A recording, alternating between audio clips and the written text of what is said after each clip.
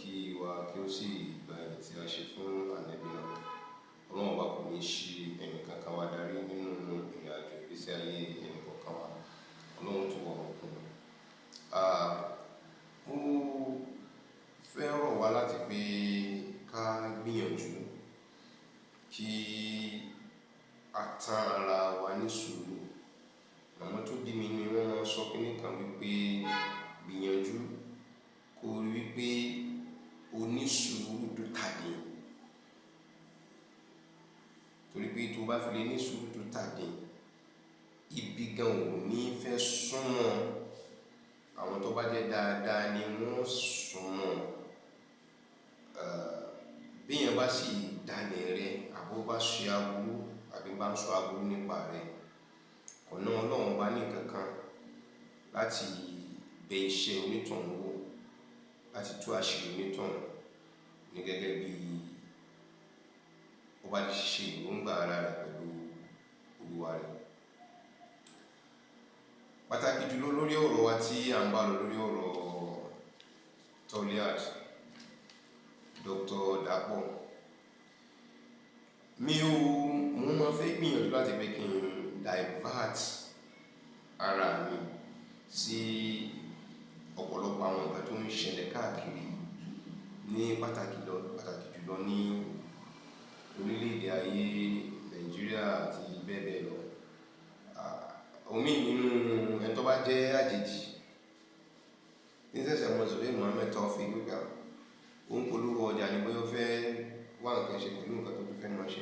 It's what I am good in doing láti lè wá tẹ́lẹ̀tẹ́lẹ̀.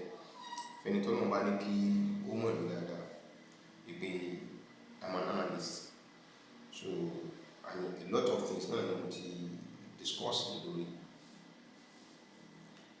Kò dìgbà tí wọ́n máa ń ṣe jáde pé mo ń prove wá fẹ́ nìkan lórí. I'm not in the court of law and I've never gone against anything I'm really doing. So mo lè really appreciate pé nǹkan tí mi ò mọ̀ mo gbìyànjú láti pé kí n tún kọ́ àwọn ẹ̀kọ́ lé lórí. Preamble mi lónìí lórí àwọn nǹkan tó ń ṣẹlẹ̀ nílùú Ògbómọ̀ṣọ́ ni pé ó ń ṣe ní láàánú lọ́pọ̀lọpọ̀ fún ọ̀pọ̀lọpọ̀ nínú àwọn èèyàn wa. Ṣé gbogbo nǹkan náà làwọn kà kún wípé àṣàsí ni? Ṣé àwa gan fúnra ara wa ò ní mind láti pé ká jókòó, ká rí, ká wọ ọkàn wa, ká wo bí ìgbésí ayé wa bá ti ṣe rí láti pé ká lè bá mọ̀ wípé ṣé nǹkan tá à ń ṣe yìí so right? Kí èèyàn gbọ́dọ̀ ní mọ̀ bíra rẹ̀ léèrè pé ṣé nǹkan tó ń ṣe lọ́wọ́lọ́wọ́ báyìí ṣé nǹkan tí ó bójú mu ni? Ọ̀pọ̀lọpọ̀ nínú wa I don't know. Lópin ìgbà tí ẹ̀dá ọ̀gbọ́n ti lè ro orí rẹ̀ wò kó tó di pé ó ṣe nǹkan tó kàn lè dé jálù nǹkan tó bá lóun bá ń ṣe nǹkan bẹ́ẹ̀ ni pé I feel just like doing it. Kó wá ṣe tán kó bẹ̀rẹ̀ sí máa jẹ̀ka. It's not a human being. Òun pẹ̀lú ẹranko ọpọlọ wọn bákan náà ni. Olùdó ọ̀rọ̀ lẹ́gbọ́n ti ara sọ fúnra wa yìí. Lópin ìgbà tí ẹ̀dá ọ̀gbọ́n ti lè jókòó kó ro orí rẹ̀ wò kó tó di pé ó ṣe àwọn nǹkan tí ó bá ń ṣe. Nínú ká sọ pé ó ti yá tàbí ó ti wọ̀ ọ̀kan nínú méjì tí ó bá ti yá wí yóò jẹ́ pé yóò wọ̀ wí nínú méjèèjì. So ṣé nǹkan tó ti tó bọ́ nínú mi. I lost somebody very dear to me.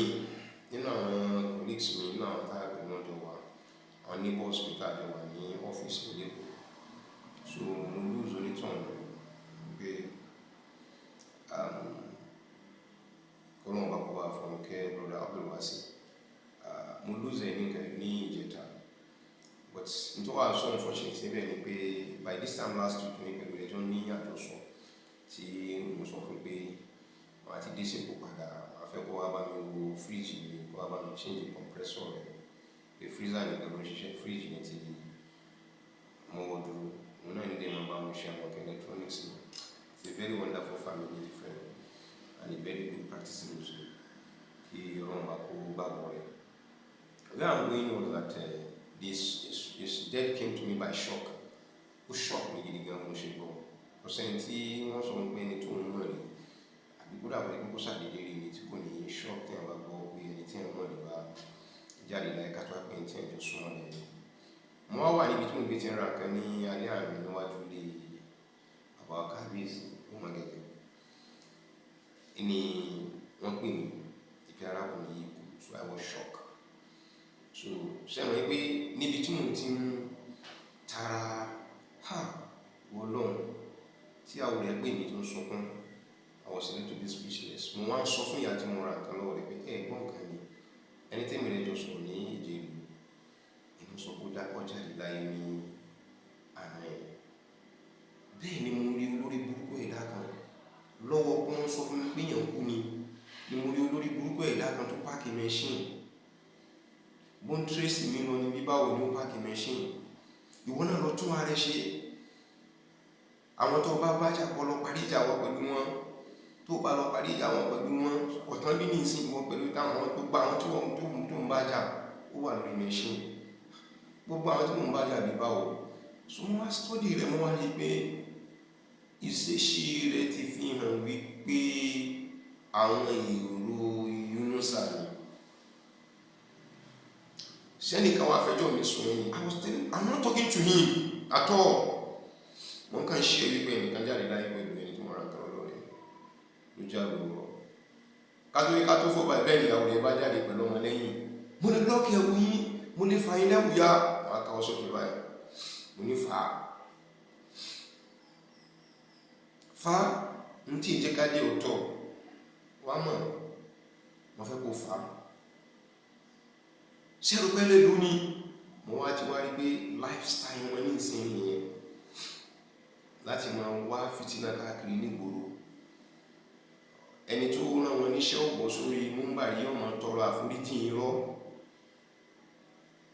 Àwọn èèyàn rẹ̀ ọmọ ìjà nígboro. Wọ́n retí kẹ́ dájà alẹ́ kan sọ pé kọ̀tán bí ṣe bá wí fún yín ilé ẹ̀gbọ́ ẹ̀dákun ẹ̀já ẹ̀jẹ̀ ká Daapoo.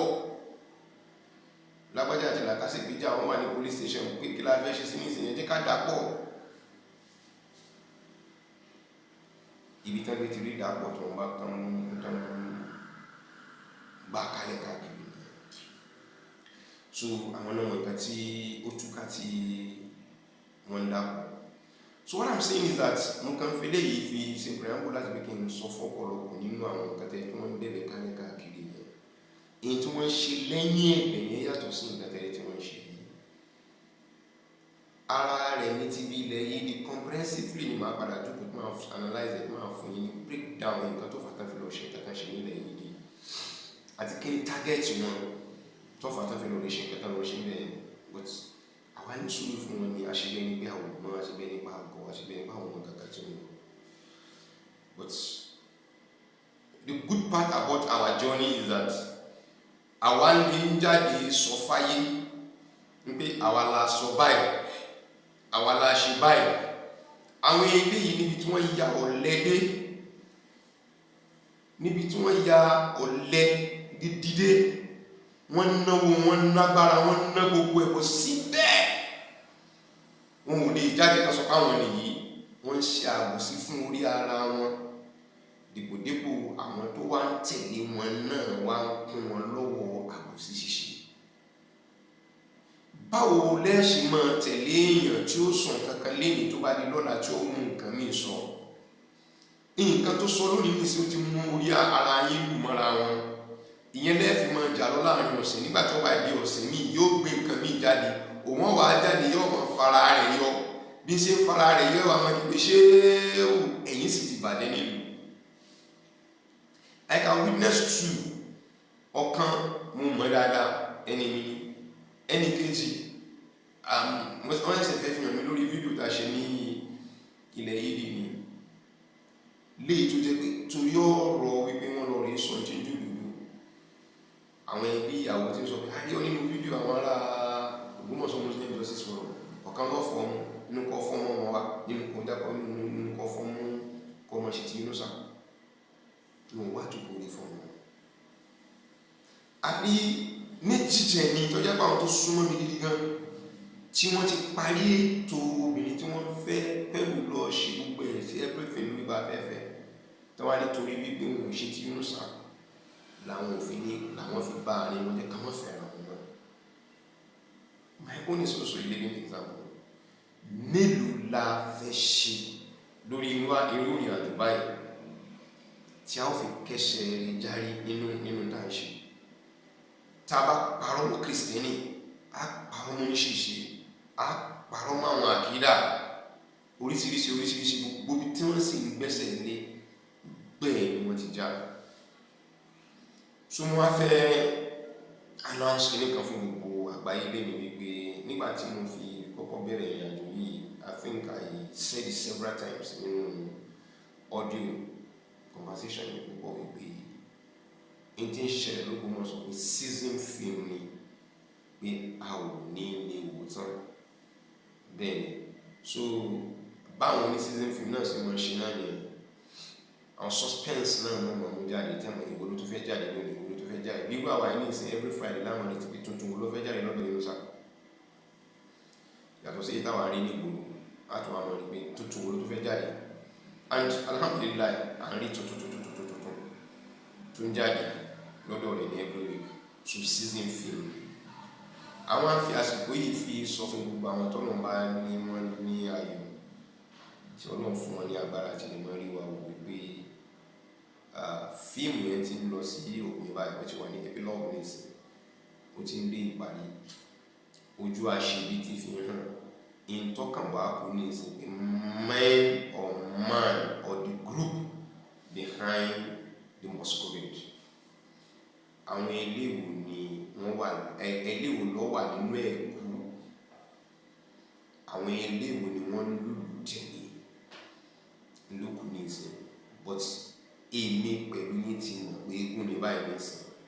So ta ló wà nínú ẹ̀kú ní ìsìn, àti bẹ̀rẹ̀ sí máa get traces láti bí ohun àti rí traces níbi step way. Àwọn tó mọ̀ ládùúgbò sọ pé àkọ́dà bẹ̀rẹ̀ pé lágbájá ní tó ṣe pé àti orin nígbà tí ẹ ti eégún yẹn ti ṣe ń ṣe yẹn àti orin. Àwọn kan sọ pé ẹ̀rí kó ga broda lágbájá ni, ẹ̀rí kó kúrú lágbájá ní ògbé. So àǹtí ń rí àmọ́ alábòsí ló kù tí ò ní lè jáde láti fojú ara rẹ̀ hàn lórí ìrìn yìí wípé èmi ni mo ṣe nǹkan. Ìyẹn sì máa ṣe nǹkan ṣe Ọlọ́run pé kóun kò máa forí pamọ́. Adebayo Muhammad sallallahu alaihi wasallam mo ní iṣẹ́ tó fi lórí ìfẹ́ dàgbà wá ṣe ní iṣẹ́ téèyàn máa ń ṣe pé nígbà lọ àwọn ọ̀dà kejì kò dé máa wọn níbẹ̀. Gbogbo ń tẹ́lẹ̀ báyìí ṣe tí máa ń sáré pé kẹ́lú mi kọ́ mọ́ bá wọn ní kó ṣàtúnṣe ní pátápátá. Ìbínú Ọlọ́run wà lára àwọn iṣẹ́ náà. Ọlọ́run ṣe iṣẹ́ wa ní iṣẹ́ tí ayé olùwàsá àbí tí wọ́n jẹ́ pé ìbínú lọ́dọ̀ Ọlọ́run. Mo kàn fẹ́ put kìíní kan true fún wa níbi ìlú pé yóò mọ̀ ìyá ẹlẹ́nu pé a rí àwọn videos kan tí ń lọ on Reels àti lórí TikTok alẹ́ káàkiri. Àkọ́kọ́ ní pé a fẹ́ kẹ́jẹ́kẹ́ lórí mọ́ ẹgbẹ́ gbogbo àwọn tẹ́sẹ̀ kí ní Reels àti gbogbo TikTok sílẹ̀ wọ́n ń ṣiṣẹ́ owó ni. Ẹ máa ń blame wọn torí pé wọn kì í ṣe ọmọ Ògbómọ̀ṣọ́. Àwa ti bábá ti rí fọ́tò wọn bá láti wọn online àti mọ ọmọ ta ní ó ṣe nílùú ṣé ìgbà tó yẹ tó ní ọmọ bíbí rí kò lè máa ṣe àwọn nǹkan tó ń ṣe. Àwọn ń ṣiṣẹ́ owó ni, wàláì iṣẹ́ owó ni wọ́n ń ṣe. Torí àwọn nǹkan tó ń bẹ̀ wọ́n níṣẹ́ ti mọ̀ pé iṣẹ́ àwọn ti já nílùú Ògbómọ̀ṣọ́ gbogbo ẹni tó bá ní kó bá wọn ṣe kìíní yìí pé àṣírí yóò tú. So àwa gan wọn lè lọ rí track nítorí dáa pé lágbádá wà kílẹ̀ rí torí lórí ọ̀rọ̀ báyìí torí pé ìjọba náà ti ní ìdí àwọn tó lè prove àwọn èèyàn lórí àwọn kan. Ẹ mọ́ sọ pé àwọn kan ṣe tí wọ́n ń wo jẹ nínú ojú tí ń rọ̀ tí ò tí ì dá ni a ò tí ì mọ iye ẹni tí ó pa, a ò sì lè tí ì sọ pé kò tó tà ní gẹ́gẹ́ bí kò tó ṣe bí òwe gan lẹ́fọ̀n wa. So Femi Adebayo ó ṣe fíìmù kan lẹ́nu ọjọ́ mẹ́ta yìí, wọ́n lọ rí kan Lekun Meje àbí mi ò mọ tọ́pìkì fíìmù yẹn mi ò dẹ̀ wò mi ò ní enough time fún fíìmù yẹn, mi ò condemn it, but I always, like I rightly say, I always want to watch anything watchable, listen to anything listenable. So pẹ̀lú nǹkan tí ń lọ nílùú Ògbómọ̀ṣọ́ láti pé kí n máa jẹ̀bi ara mi ní bí máa fi jẹ̀bi àwọn èèyàn.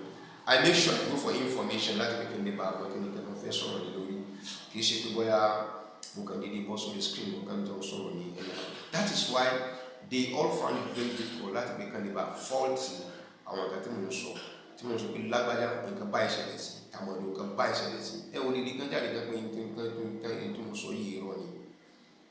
Ẹ̀rí táwọn ní láti fi show wípé irọ́ ni ẹ ò lè rí nínú wọn tó mọ̀ èdè kan jáde pé tó jẹ́ kí àwọn ṣẹ̀gbẹ́ táwọn ṣe. So tí Adebayo bá kan Lekun Meje kó tó ní tútù ọ̀rọ̀ rẹ̀, àwọn bàbá wa ṣúgà wọ́n advice ọmọ wọn tí ń ṣe Toliha wọ́n ní kí òun náà kí ó lọ rí ṣe Hutuba Meje kó fi máa tọrọ àforíjì lórí múmbàrí. Well, ìmọ̀ràn làwọn fún.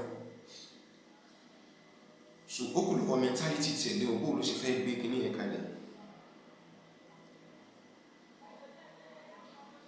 Ìntí mi dẹ̀ fura sí pẹ̀lú ọ̀rọ̀ Yunusa ni pé bí àwọn ọpọlọ díẹ̀díẹ̀ ó wà níbẹ̀.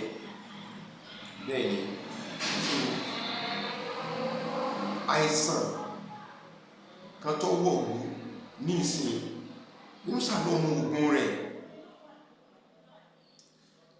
Tábúlẹ̀tì yẹn wọ́n ń pè ní Daapoo.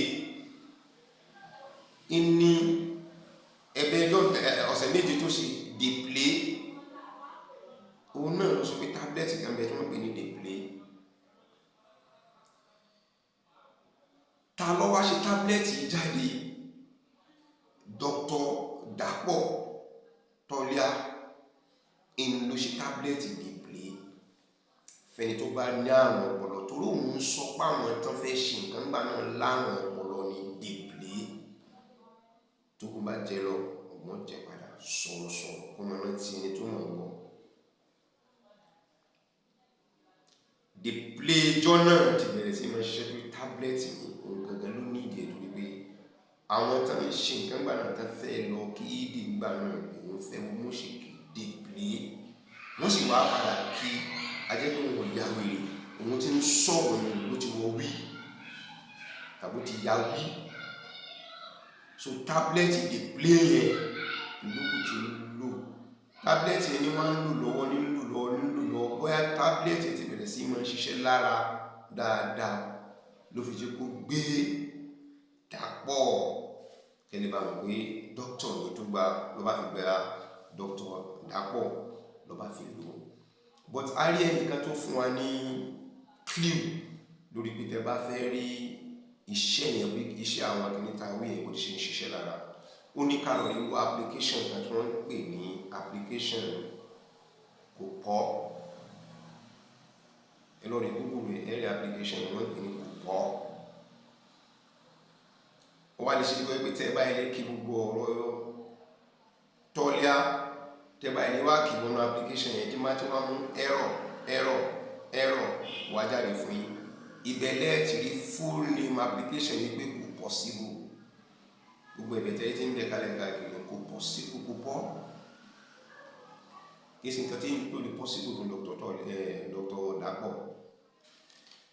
Kó lè wúlò fún Dr. Daapoo. Ó dàbí ní kórí múmbàrí wá ti di tán fi ń ṣe tíátà. Mo fẹ́ kí ẹ wo fídíò yìí lẹ́yìn ìgbà tí ẹ bá wo tètè ní sọ yìí.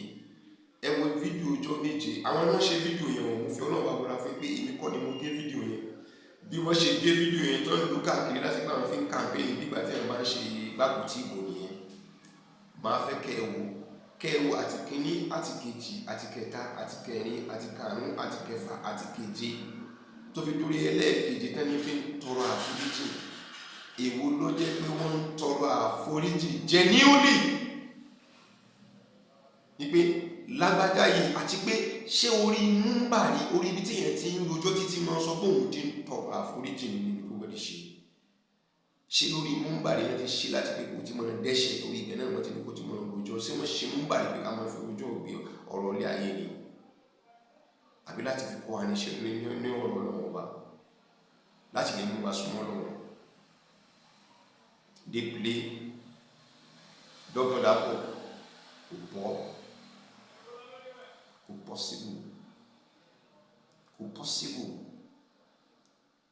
Mo mọ̀ọ́mọ̀ gbé fídíò yẹn wáyé tẹ́ padà rí torí mi ò ní fẹ́ situation whereby wọ́n sọ pé lọ́ba ní ká sọ̀rọ̀ báyìí ó gbé egun ni ó ṣe kíní nínú ọ̀rọ̀ ara rẹ̀ náà ni. Mo fẹ́ sọ fún yín pé from today onward tẹ́ bá rí fídíò 10 ẹ rí ọ̀rọ̀ Yunusa 8 tí ó play tó pé ẹnu rẹ̀ lẹ́fì gbọ́ tẹ́fì wa mọ̀ wò pé ṣé Lekun ìtọrọ àforíjì méje yẹn só wọlé.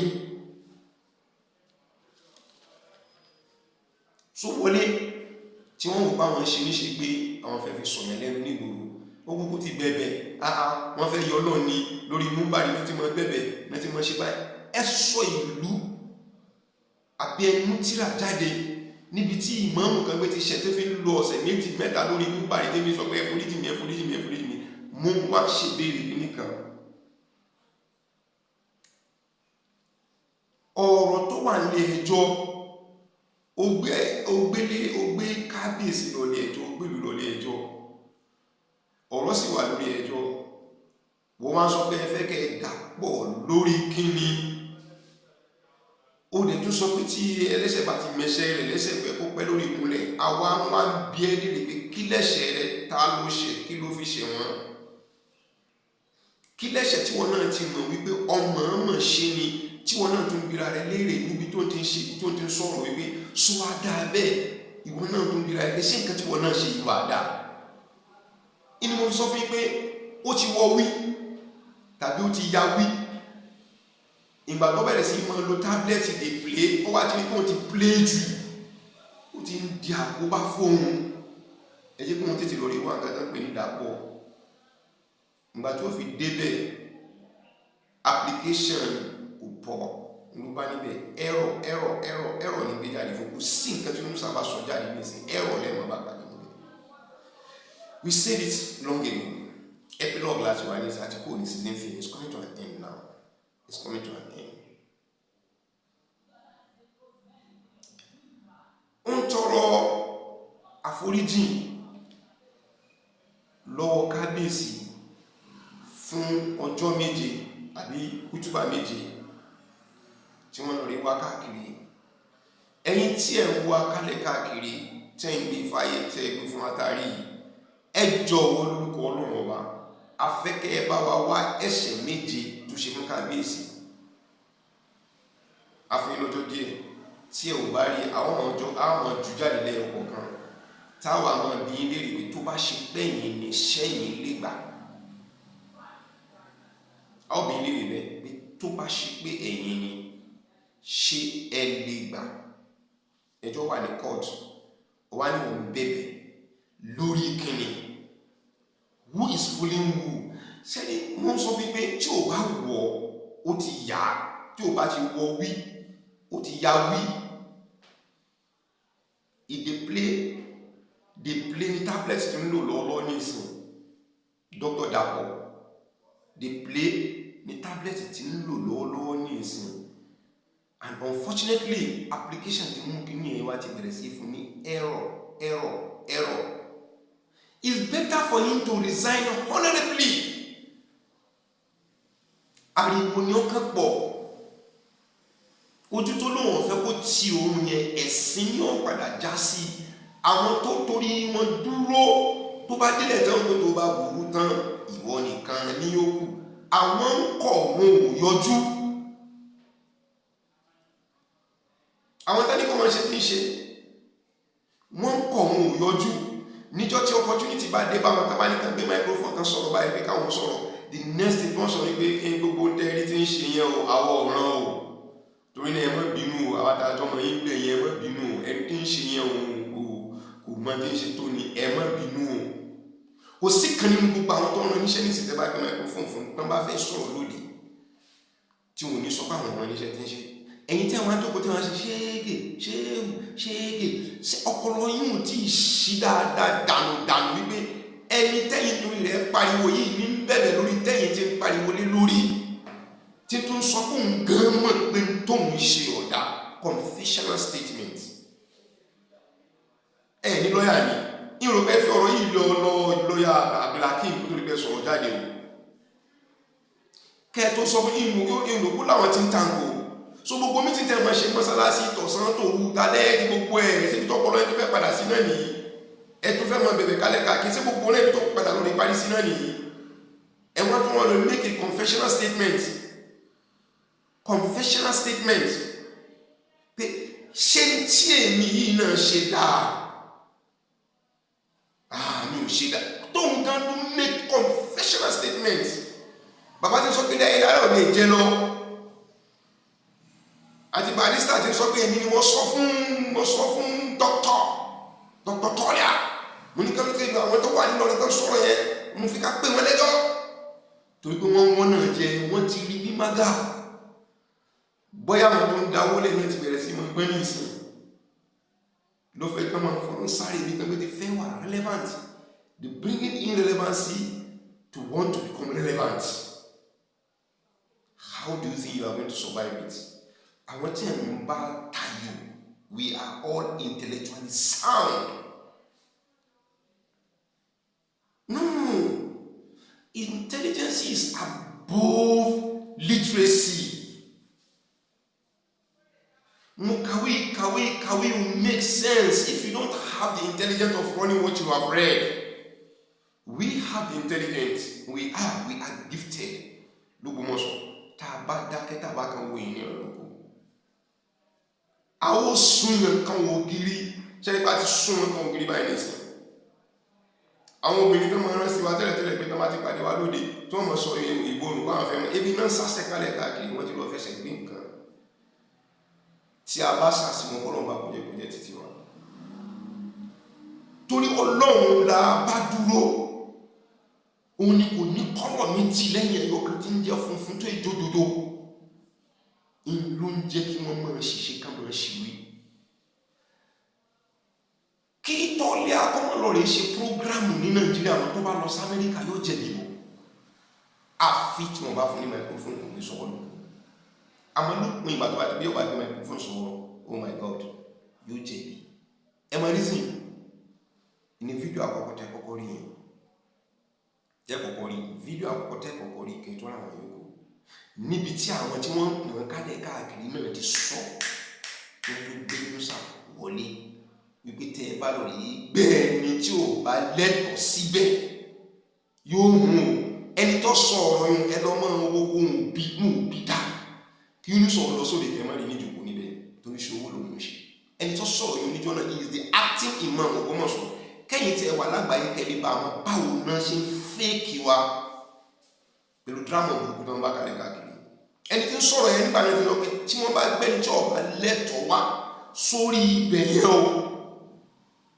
mo rò pé òun náà ti fọ́ sí rẹ̀ but he has been overpowered by ojúkòkòrò òun náà wọ́n ẹsẹ̀ wá ń sọ nígbà náà ibi tí wọ́n bá gbẹ́ni tí ọba rí lórí fídíò kìí ṣe ni mo sọ òun gángan ló wí bọ̀tọ̀ kan tí kò sí lórí fídíò tí ẹ̀rí sì wà níbẹ̀ lọ́dọ̀ àwọn bàbá wa àwọn àgbàlagbà tó jókòó tí ń sọ fún pé ẹ má dá ọmọ lóhùn ó wọ Ògbómọ̀ṣọ́ ọmọ pé Ògbómọ̀ṣọ́ ọ̀lẹ̀lẹ̀ ni pé téèyàn bá túlẹ̀ ibi pẹlẹbẹ yẹn nìyẹn tí kọ́kọ́ ti mú jẹ nígbà tó mú dé ó bù látàrí ló bù lójijì lọ́bẹ̀rẹ̀ sí máa jẹ wàláhì àti mùsùlùmí láìláì ní bàbá tẹ̀rí yẹn wọ́n ń jó kúrọ́ tara àwọn ẹ̀jẹ̀ ni wọ́n kúrọ́ tán gbogbo àwọn ẹ̀jẹ̀ tẹ́tẹ́ gbogbo ṣéwù tó ń ṣẹlẹ̀ lẹ́rí tó ń fi yín tẹ́rí yẹn so wọ́n díṣẹ́ wa láti rí pé gbogbo nǹkan tẹ́ ti ṣe sílẹ̀ lókùtà fẹ́ máa lò fún ẹ ní fídíò wọn láti máa fi ṣe ìdájọ́ lé wọn lórí.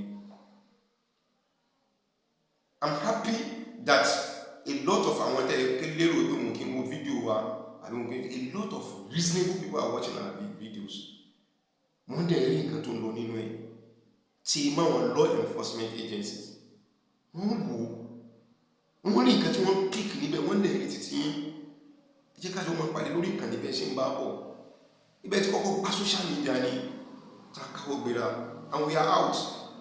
How many are we? How many are you?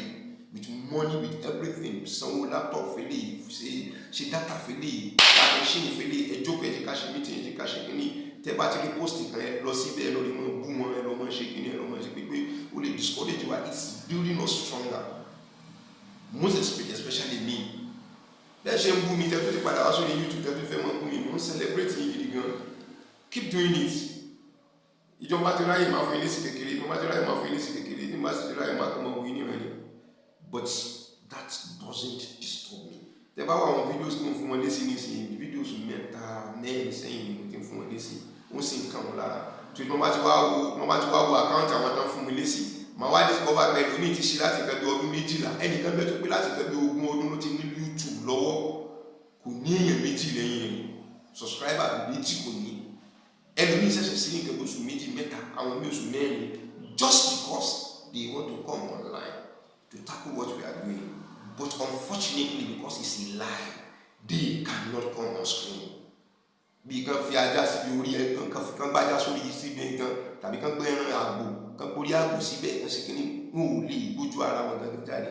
Then what is the essence of what you are doing that you don't even want people to know it or see your face? Ẹ kúrò tara yín jẹ ni.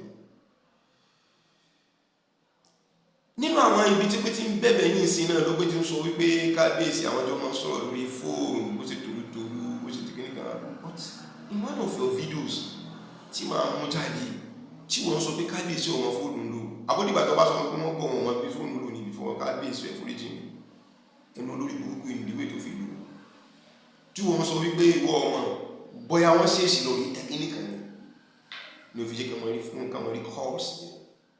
Now you come out to be saying ìwọ pẹ̀lú kábíyèsí jọ mọ́ sọ̀rọ̀ débi wípé tó máa lọ síbi kankan kábíyèsí ó tó sọ fún ọgbẹ́jọ́ ní mẹ́sì àdúgbò olóyìnbó tó sọ ibi kan lè bá àwọn Amẹ́ríkà ni wọ́n ti dé. Ṣé òun ṣe yẹ̀yẹ́ ni àbí òyìn wọn àbí ṣe àwòmọ́ ni wàá fẹ́ kọ́ wa ní ìpẹ́ta wọn? Man, error.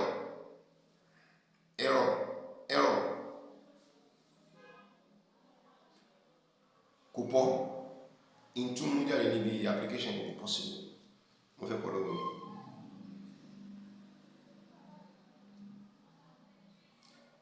Ó wá tún wá sọ níbẹ̀ yẹn wípé ìwọ ń bẹ kábíyèsí ó sì wá múnú rẹ̀ dùn pé last week àyẹn kábíyèsí ọmọ gbọ́ láàfin ó wá rẹ́rìn àti fi ṣe yẹ̀yẹ́.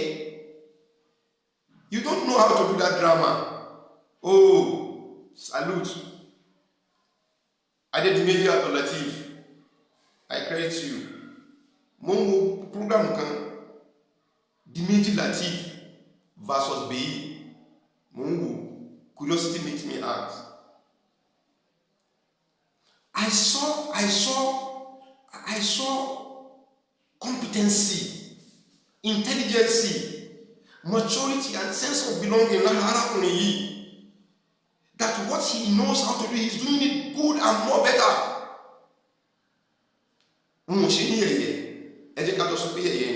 You are good with crying.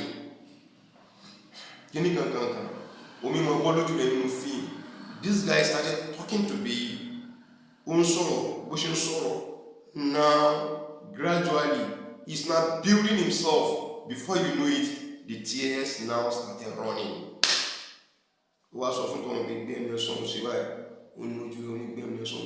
It is professionally. Professionally, you need to trigger and see. To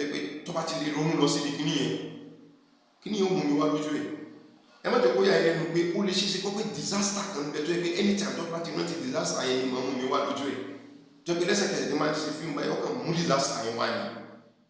you can lose the eye you can tell so can you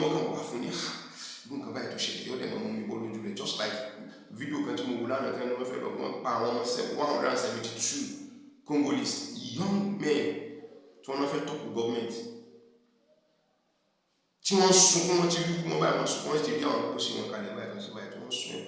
I feel for them. I really feel for them. I was shocked. 172 lives on a single sitting in one face firing squad. They were supposed to be 175. I met a Catholic when one just citizens in America. America, 172. One of these videos I was watching. So now, like what I see yesterday touched me. How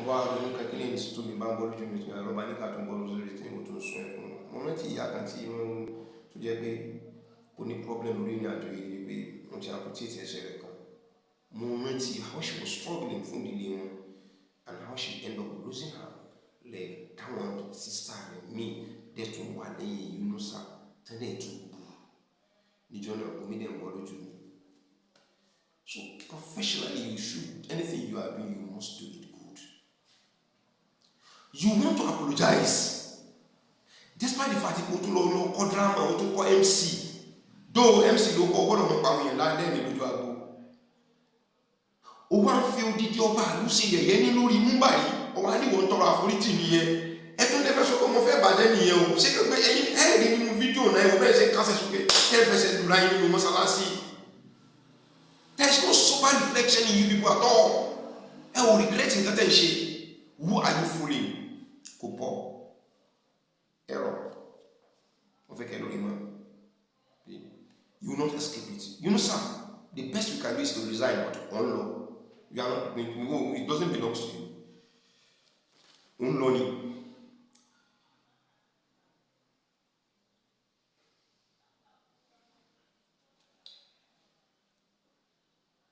Ìbéèrè tí mo fẹ́ béèrè níbí nìsín ni pé ṣé bó ṣe tọrọ ti kábíyèsí fún ọjọ́ méje yẹn bí ó ṣe tọrọ ti ààrẹ mùsùlùmí fún jímọ̀ méje bí ó ṣe tọrọ ti ààrẹ mùsùlùmí fún jímọ̀ méje nìyẹn a ò tí ì débi Zubair Muhammad Zubair Taofik lọ́ba níka ó ti gbàgbé wọ́n ṣe mí ní ṣùgbé ọ̀bí ọ̀rọ̀ àbí ó ti gbàgbé ohun tó padà wá sọ̀rọ̀ mi I will never forgive you on that. I will never. Mo ti sọ condition to really forgive her. Ìjọ tó ń bá ti gbé kábíyèsí forgive her. Ìjọ tó ń bá ti gbé láìlára ti forgive her. Tí láìlára bá ti sọ pé ọmọ àwọn ni àwọn ṣe mistake ni inú níbí ló máa wọn ṣe táwọn ṣe kíní kankan. You are forgiven. Then màá bẹ̀rẹ̀ sí máa deal pẹ̀lú láìlára pé ẹ̀yin lè put Ogbomoso into this mess. Ẹ ti mọ̀ pọ̀ mọ́ yín ni. Do any way round. Tama forgive her. They will be punished for it, for putting Ogbomoso into the level they put us. So only by my pay error ní gbogbo nǹkan tó ń ṣe ní bọ́sí àti gbogbo ìmọ̀ràn kan fún ẹ. Either will forgive her. Tí wọ́n bá forgive her, they are on their own. Àwọn náà padà jìyà rẹ̀. I want you to know that. Ibo ló ti fẹ́ bẹ̀rẹ̀ pẹ̀lú ti kábíyèsí. I will not want to mention it. Exaggeration. Màá bẹ̀rẹ̀ sí máa mú fídíò rẹ̀ wá lẹ́yọ̀ kọ̀ọ̀kan. I will make analysis lórí rẹ̀ pé ṣé lórí ilé ìní ti ń tọrọ àforíjì ọjọ́ méjì. Bẹ̀rẹ̀ látòrí bàbá rẹ̀ tó níjí ní Abẹ́òkúta tó mú wọn kábíyèsí àti wọn tí ń mọ̀ wọn lẹ́gbẹ̀ẹ́ ragadi. Tẹ̀wájú kú tẹ̀wọ̀n arìnrìn tẹ̀wọ̀n ti ṣé òjẹ́ ṣe Allahu Akbar. Àbí? Good. Mo rí one of these videos eléyìí I think mo gbọ́dọ̀ ní special time fún yẹn but mo kàn lè fáwọn èèyàn wò díẹ̀ níbí léyìí tó ṣe lóṣogbo dó ó ti go viral lórí Facebook káàkiri but in letí make analysis lè lórí gidi gan mo fẹ́ jókòó tó wò dára lórí màá mọ̀ píìkì ibi tó gbé ti fẹ́ kọ́ àwọn ọmọ jáde fún ẹ màá dẹ̀ mọ̀ píìkì ibi tó gbé ti ṣe yẹ̀yẹ́ orí tróònù wa màá mọ̀ ọmọ jáde fún ẹ but màá play rẹ fáwọn èèyàn níbí màá fẹ́ kẹ́ play rẹ kẹ́rì spend time ẹjọ́ kẹ́wò torí kẹ́wò bí ti lọ́ba níka torí pé ẹ bá dé comment section ó bù mí in your mind torí pé àwọn tá lọ́nà bá ti gbàgbà káyé wọn tó bá ti sọ tó bá dé pé títẹ ẹranko ló gbé síbẹ̀ they will still behave like wọn àwọn tó bá ti wọ wí tàbí tó bá ti ya wí àwọn náà wọ́n lo slogan wọn ni oṣù wọn kàn lórí wá tablet kan pé ní dey play kán máa lò lọ́dọ̀ Dr. Daapoo so now kí wọ́n tó conclude ó wá pé àwọn olóyè mẹ́tẹ̀ẹ̀ta tí wọ́n jẹ́ láti Ọ̀yọ́ ń kí wọ́n ní mẹ́sàn-án mẹ́wàá ó ti gbàgbé wípé ìwọ pẹ̀lú mufti àtàwọn entourage rẹ̀ ẹ ti jọ lọ sọ́dọ̀ àfáà àgbà ẹlẹ́ha tí a ti pè yín jókòó láti parí ìjà láàrin yín tí kò síjà níbẹ̀ pé kí ló mú ẹ tó fi hate family yìí you are new in the town o lè dédé gbé family yẹn sórí ara o lè bẹ̀rẹ̀ sí máa hate wọn tí àwa yìí sì mọ reason tàti mọ̀ báwọn tán sponsor ẹ̀ ni wọ́n kọ́ ẹ̀ ìwọ sì wọ̀lú òmùlú ó wá gbé ìjà oníjà tó yẹ báwọn náà ẹrù ẹlẹ́rù ni wọ́n gbà wọ́n náà wọ́n gbẹ́rù ẹlẹ́rù lé olówó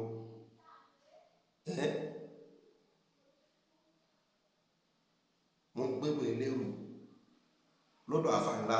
I remember now, skip my name. Tẹ́tí lórí sọ̀rọ̀ ọkàn déédéé torí kàtàkà gbèsè ọlọ́kàn ọ̀dẹ̀ déédéé bẹ̀rẹ̀ sí mọ́ hate wọn. Wọ́n wá lò ẹ́ politically pé kọ́ mọ́ bú Senator Buhari kọ́ mọ́ sòfò kọ́ mọ́ sọ̀rọ̀ sí wọn anyhow ó ti sọ takala náà kó tó sẹ́ lọ́lẹ̀ àkàlà tọ́nà máa ní kẹ́mi àkàlà kó gún jù bẹ́ẹ̀ lọ ni èmi ìyọ̀ bá ti mí jìkìjìkì.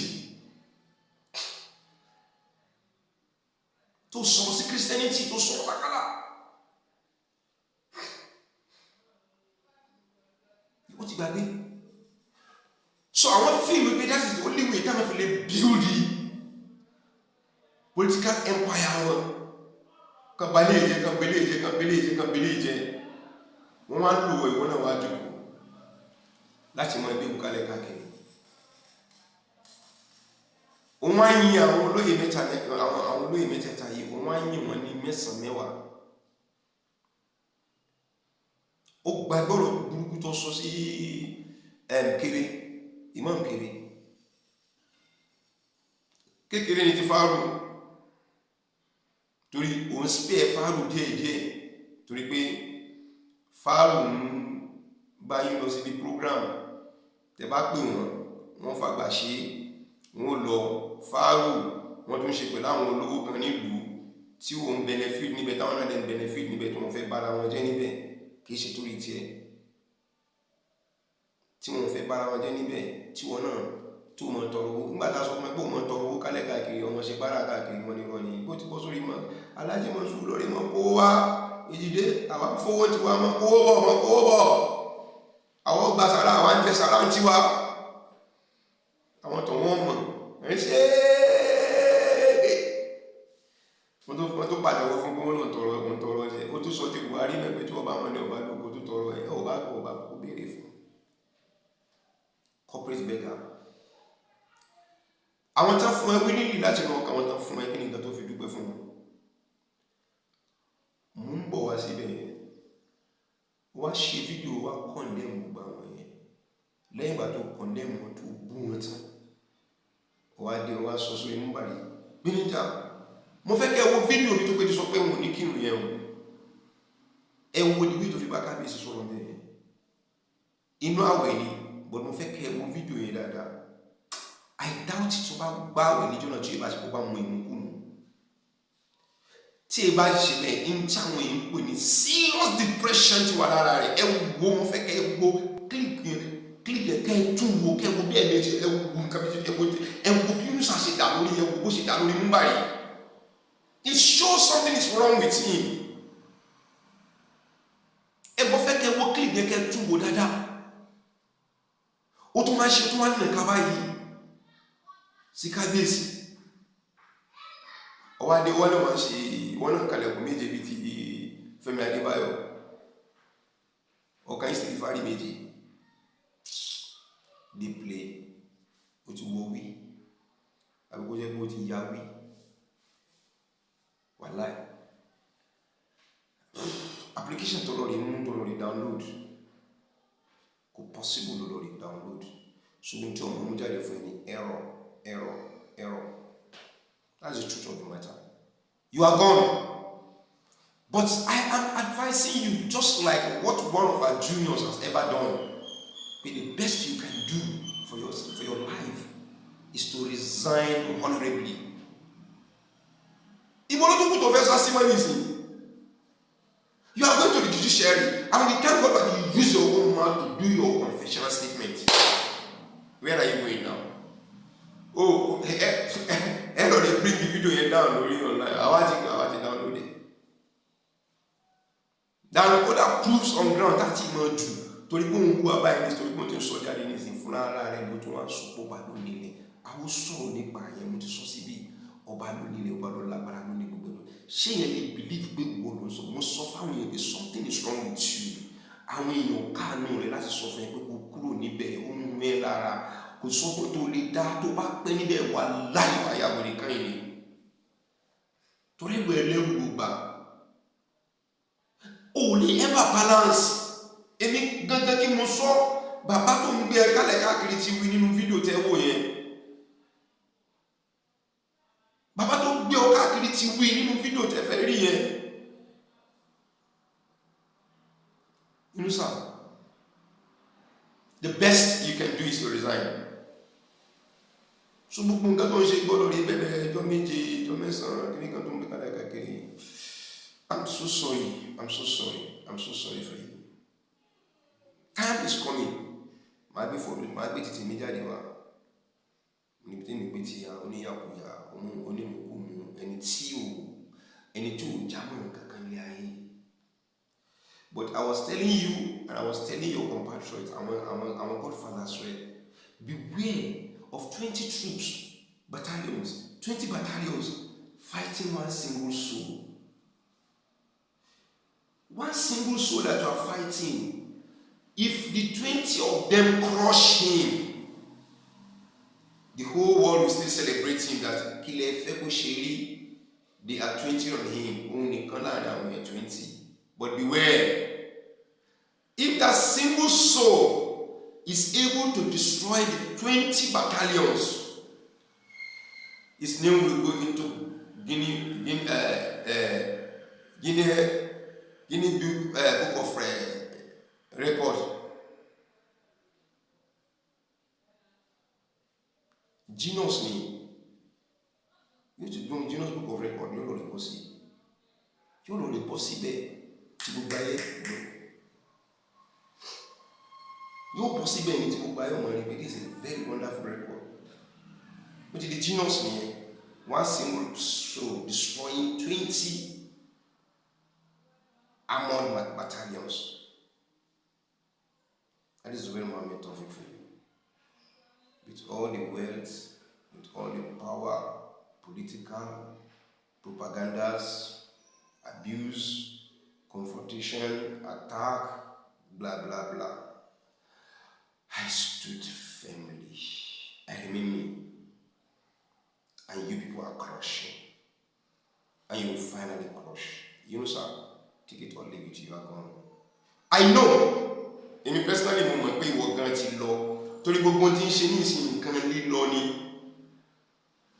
àwọn tó ń tẹ̀lé ni wọ́n kàgbọ́.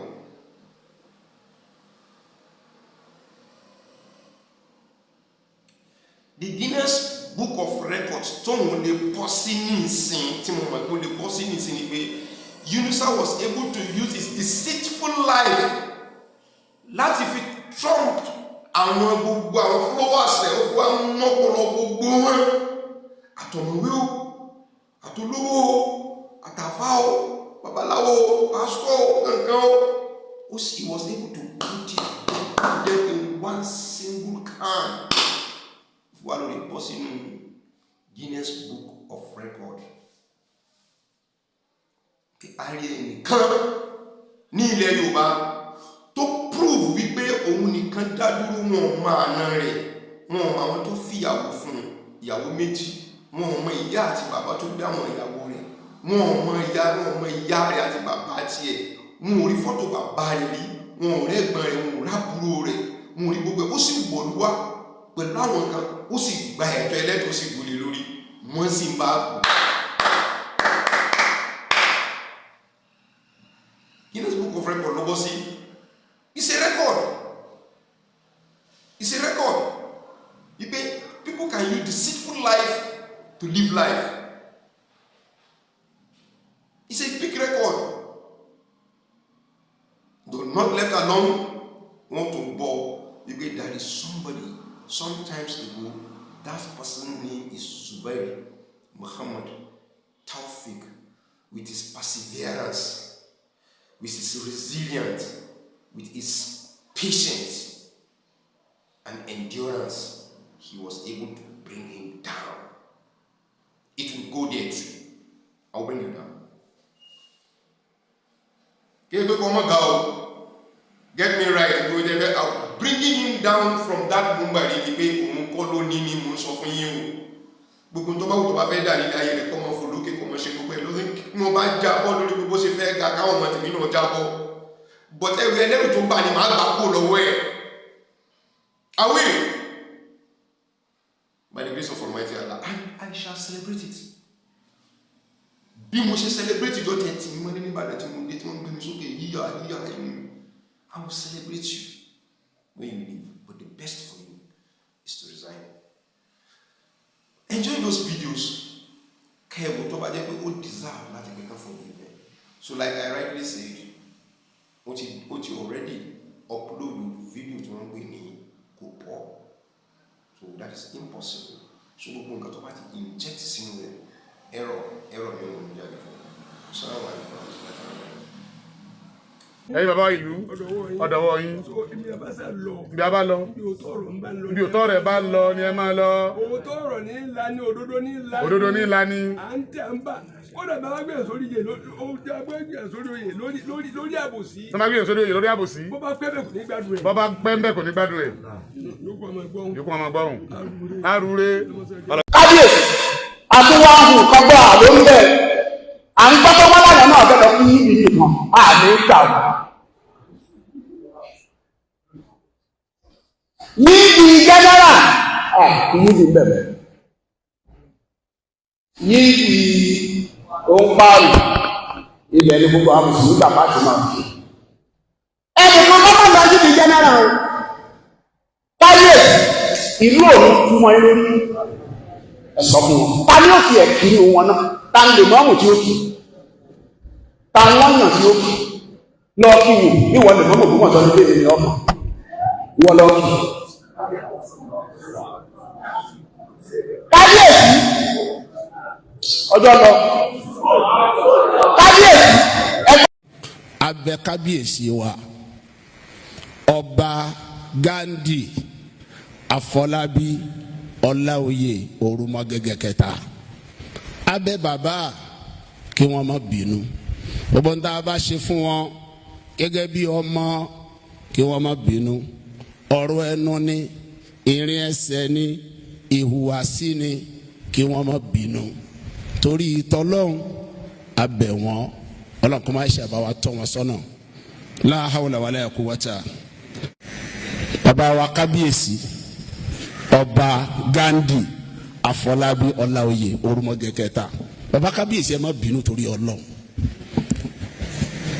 Ẹ̀yin àgbàlagbà ẹni bẹ́lẹ́jọ́ bá ti mẹ́jú ẹ̀ lẹ́bi kìí pẹ́ lórí ìkúnlẹ̀ ẹ má bínú. Ẹ̀yin àgbàlagbà ẹni bá a bá fi ọwọ́ ọ̀tún gbọ́mọ wí a sì fi tòsì fà mọ́ra ẹ fi tòsì fà wá mọ́ra ẹ kú amọ́ra a nífẹ̀ẹ́ yín a sì mọ̀ pé yín náà nífẹ̀ẹ́ wa ẹ fà wá mọ́ra ẹ rán ni sí wa ẹ ṣe wá lọ́mọ ẹ bá wa wí bá a bá ṣẹ̀yìn ẹ bú wa ẹ kìpọ̀ rí ìyá wa fún wa ẹ dáríjì wọn ẹni a má ṣe bẹ́ẹ̀ mọ́ àní ṣe bẹ́ẹ̀ mọ́ ẹ yọ́nú bàbá kábíyèsí bẹ́ẹ̀ bá yọ́nú ní ìsìn bàbá kábíyèsí ẹ̀yin ó rí i pé gbogbo ariwo wa tí wọ́n ń pa káàkiri ní social media ń jojúmọ́ tá a sinmi ẹ̀yin ó rí pa àsinmi mo rò pé tí ó bá ní ìsìn ọlọ́run ọba àlékè ọlá yóò fún àǹsinmi l'Ógbómọ̀ṣọ́ ọlọ́run fún àǹsinmi l'Ógbómọ̀ṣọ́ wala la hawla wala quwwata illa billahil aliyyil azim. Lẹ́yìn náà bàbá wa Ṣọ̀ún tilẹ̀ Ògbómọ̀ṣọ́ ọba Gandhi Afọlábí Ọláoyè Orúmọgẹgẹ kẹta a tún fi àsìkò yìí bẹ̀ yìí pé kẹ́ ẹ má bínú.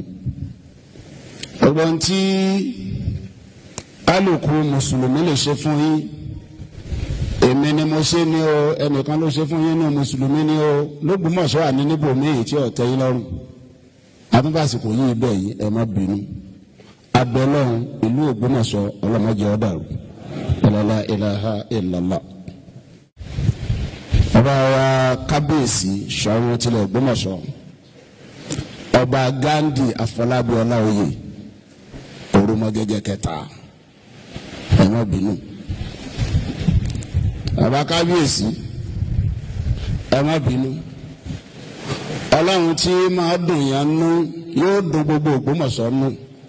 Ọlọ́run ó fi Ògbómọ̀ṣọ́ lọ́kàn balẹ̀ Ọlọ́run ó fi aláyà balẹ̀ ànírí wàhálà ànírí dààmú gbogbo wa tá a bá ṣáà ti rí kábíyèsí gbogbo ọjọ́ tá a bá ti pàdé wọn ká ṣáà máa sọ pé ẹ má bínú.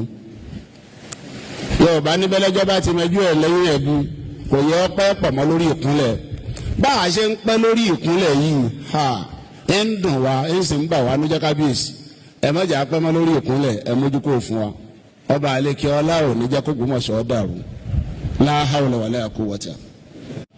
ọba wa kábíyèsí ọba Gandhi Afọlábí Ọláoyè Orúmọgẹ́gẹ́ kẹta a kí wọn káàbọ̀ láti ìlú òyìnbó ọba àlekè ọlá tó sọ yín lọ tó sọ yín bọ̀ àbáyé dúpẹ́ lọ́dọ̀ Ọlọ́run.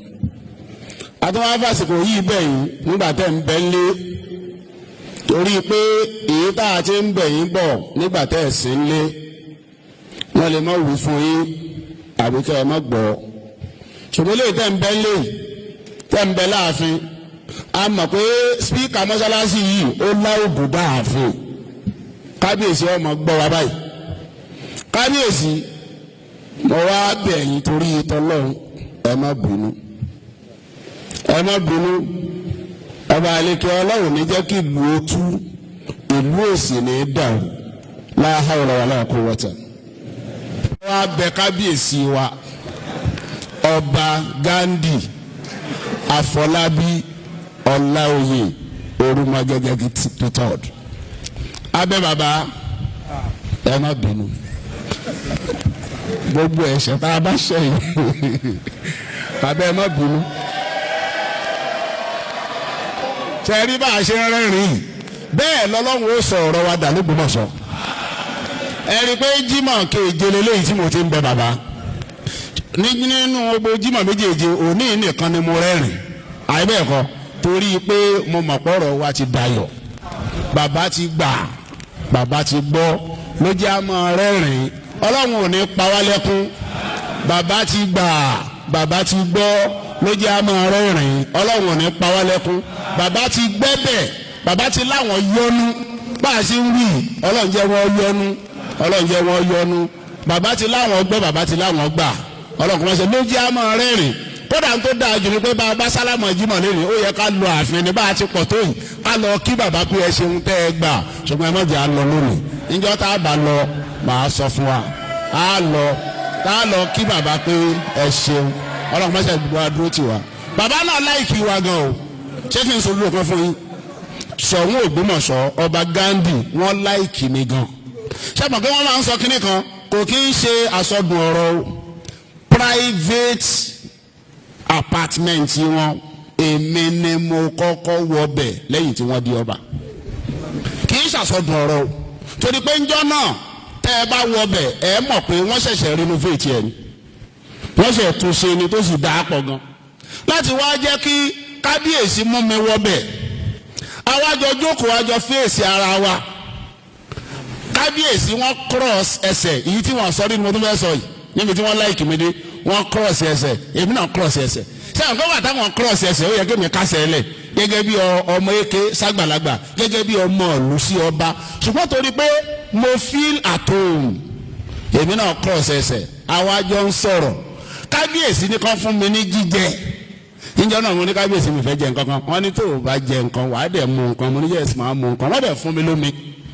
àwọn náà wá mú omi àjọ ń sẹ́ omi sínú kọ́ọ̀pù àjọ ń mu àjọ ń sọ̀rọ̀ àjọ ń sẹ́ inú kọ́ọ̀pù àjọ ń mu àjọ ń sọ̀rọ̀ wọ́n ṣe dáadáa púpọ̀ ìfẹ́ ló débẹ̀ tí ò bá sí ìfẹ́ ń bẹ̀ ni wọ́n ní ṣe gbóhùn tá a wí wọ́n nífẹ̀ẹ́ mi pọ̀ gan mo ṣe bó ti yé báyìí nísìn gbogbo ìgbà tí n bá dààfin ẹ tún jẹ́ kí n sọ ti kábíyèsí tí wọ́n tún ṣe tó tún dáa tọ́pọ̀lọpọ̀ mọ̀ tí n bá dé ààfin pé mo fẹ́ rí wọn gbogbo n tó kí kábíyèsí máa ṣe lọ́wọ́ wọn á pàtì wọn á dẹ̀ àtẹ́ǹdì sí mi kán tó máa àtẹ́ǹdì sáwọn èèyàn tó kù lọ.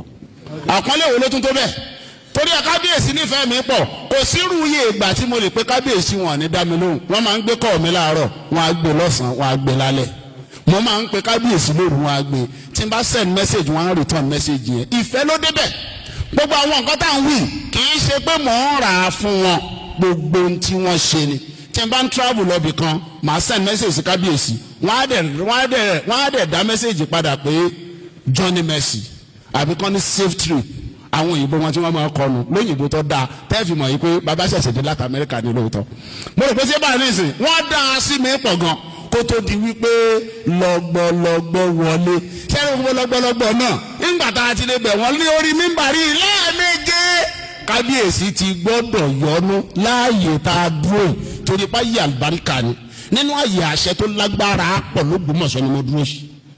orílẹ̀-èdè míì àwọn ọba àlù tí wọn ò lápọ̀nlé bí àwọn ọba wálẹ̀ Yorùbá pẹ̀lú òwú àwọn ọ̀rọ̀ táwọn wí.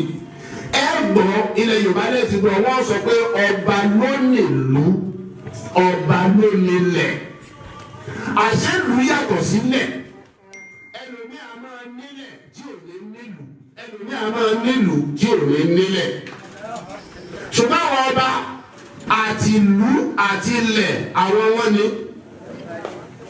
Yorùbá gbàgbọ́ bẹ́ẹ̀ tí kálukú náà sì gbà fún wọn bẹ́ẹ̀. gbogbo ìgbà téèyàn tí gbogbo téèyàn bá kọjá àyè rẹ̀ sọ́ba làwọn ọba máa ń wò bíi láálá tó ròkè tí wọ́n padà ṣe kiri o. padà lọ́ọ̀lẹ̀. ẹ rí i pé ìtàn láálá Ọ̀yọ́ lè wúlò ti ṣẹlẹ̀ àwọn Aláàfin wọn dókòó.